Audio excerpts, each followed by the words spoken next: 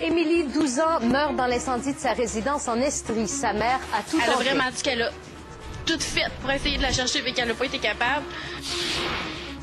Le Québec touché par une vague d'incendies, 6 sinistres en moins de 24 heures. À la veille de Noël, les pétrolières augmentent leur prix à la pompe, même si l'essence leur coûte moins cher. Itinérance à Montréal, Québec débloque 24 millions pour lutter contre la pauvreté. Les syndiqués de la raffinerie Petro-Canada votent sur l'entente de principe qui pourrait mettre fin au lockout.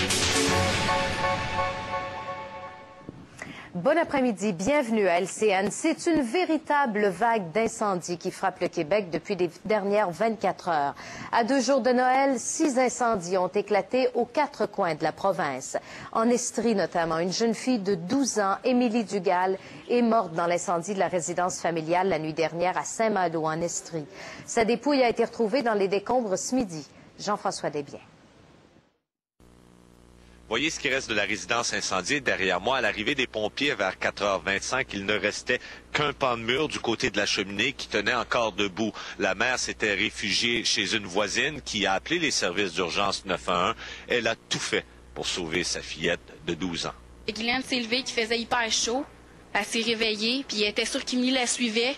Puis quand elle s'est rendue compte qu'elle ne les suivait pas, elle a essayé d'aller la chercher. Elle a vraiment dit qu'elle a tout fait pour essayer de la chercher, mais qu'elle n'a pas été capable. C'est sur le coup de midi que les policiers ont fait la découverte de la dépouille et de ce qui serait la victime, une jeune fillette de 12 ans. Son corps reposait tout près de la chambre des maîtres à l'arrière. Il faudra toutefois procéder à l'analyse d'échantillons d'ADN pour confirmer qu'il s'agit bien du corps de la jeune Émilie Dugal, âgée de 12 ans. Il est sous choc, c'est évident, là, parce que c'est la plus jeune, puis c'est ça, il l'aimait. Où et quand le feu a pris et de quelle façon, c'est ce que l'enquête policière visera à déterminer. Une chose est sûre, quand la mère a été réveillée par la chaleur intense à l'intérieur de la résidence, probablement que les flammes couvaient depuis un certain temps. Quand elle est sortie de la chambre, elle a vu, tout ce qu'elle a vu, c'est que ça pète en feu. C'est ça qu'elle a dit à ma mère, puis qu'elle capotait, puis qu'elle était sûre qu'Émilie la suivait. Je ne sais pas si les gens ont essayé d'éteindre eux-mêmes ou s'il y avait pas, ou si c'était un embrasement général quand les gens s'en sont perçus. Peut-être qu'il n'y avait pas des détecteurs de fumée. J'ai pas pu discuter avec les propriétaires du lieu, savoir si. Jean-François Desbiens, TVA, à Saint-Malo. Et toujours en Estrie, c'est un lendemain difficile à Sherbrooke pour les 150 occupants des résidences du Carrefour qui ont perdu l'une des leurs hier en fin de journée dans l'incendie qui a ravagé une partie de leur immeuble. Et aujourd'hui, on s'inquiète d'une autre résidente transportée au centre des Grands Brûlés de Montréal. La victime de 85 ans a péri dans son appartement du 5e étage alors qu'elle tentait d'échapper au brasier. Le travail des secouristes a été compliqué puisque la plupart des résidents, dont la moyenne d'âge est de 75 ans, ont une mobilité réduite. Dans la région de Québec maintenant, c'est un couple de personnes âgées de Saint-Lambert-de-Lauzon qui se retrouve à la rue à la suite d'un violent incendie qui a ravagé une maison unifamiliale du chemin Bélair. Les 2 personnes, les seules à être présentes dans la maison, ont été réveillées par leur détecteur de fumée vers 6h30 ce matin. Les flammes auraient pris naissance dans le sous-sol de la maison avant de se propager rapidement. Heureusement, le couple a pu être évacué. Le froid a compliqué le travail des pompiers puisque c'est un secteur qui n'est pas desservi par le réseau d'aqueduc municipal. On a dû faire appel à des camions-citernes pour combattre le brasier. Un autre immeuble a été la proie des flammes à Montréal, dans l'arrondissement Rosemont.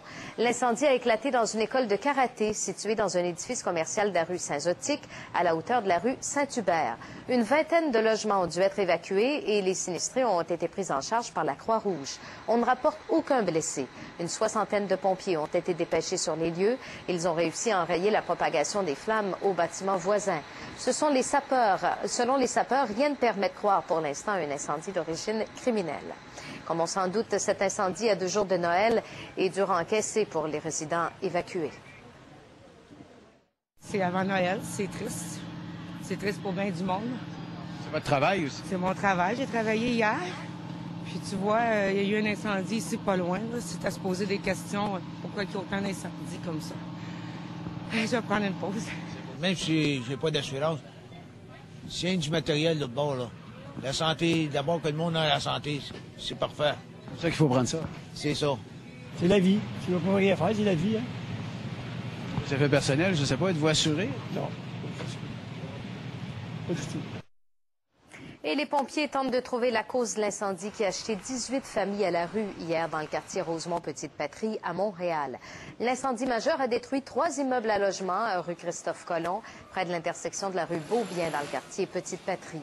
Les 18 logements sont une perte totale. Le feu a pris naissance au 2e étage de l'édifice pour se propager rapidement au 3e étage et à l'entretoit. 125 pompiers ont combattu le brasier pendant 12 heures dans des conditions difficiles de froid et de vent extrême. Malgré tout, les sinistrés rencontrés aujourd'hui prenaient ce drame avec philosophie.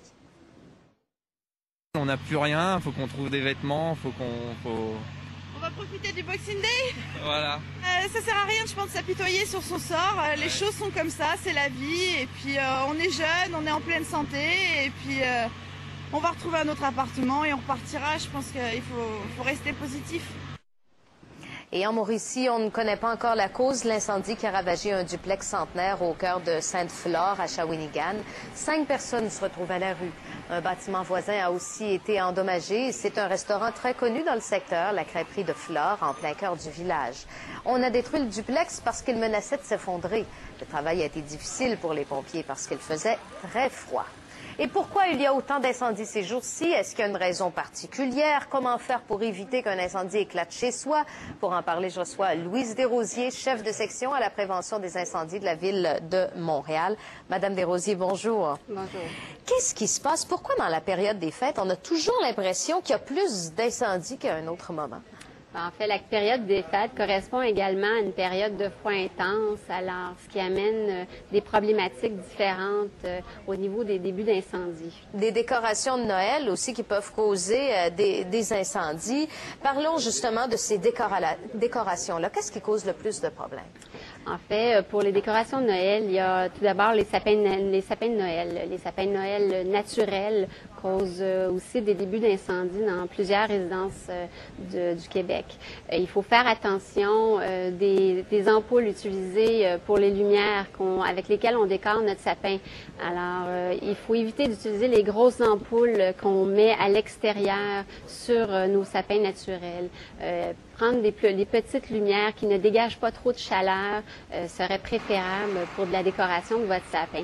De plus, les sapins de Noël, ce qui est important, les sapins naturels, c'est de les garder toujours dans l'eau. Le pied doit toujours être humecté dans l'eau. Ajouter de l'eau régulièrement au niveau du pied pour éviter que l'arbre ne se dessèche. Pour les sapins naturels et artificiels, lorsque l'on quitte la maison ou que l'on va se coucher le soir, toujours débrancher nos lumières ou les éteindre, s'assurer que le circuit soit fermé pour éviter une surchauffe ou une étincelle qui pourrait allumer notre sapin de Noël. Les sapins de Noël, parfois, on a tendance à les installer dans des endroits près du chauffage parce qu'on les met près des murs. Alors, les retirer des murs, les mettre un peu plus au centre de la pièce pour éviter des débuts d'incendie dus au chauffage. Parce qu'on sait que ça s'enflamme rapidement, un arbre qui est sec. Hein?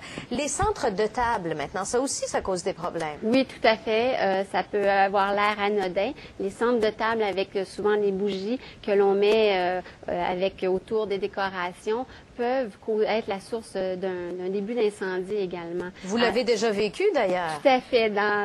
Chez ma belle famille, nous avons malheureusement eu un début d'incendie. Alors, ce qui arrive souvent, c'est qu'on met le centre de table alors qu'on est au repas.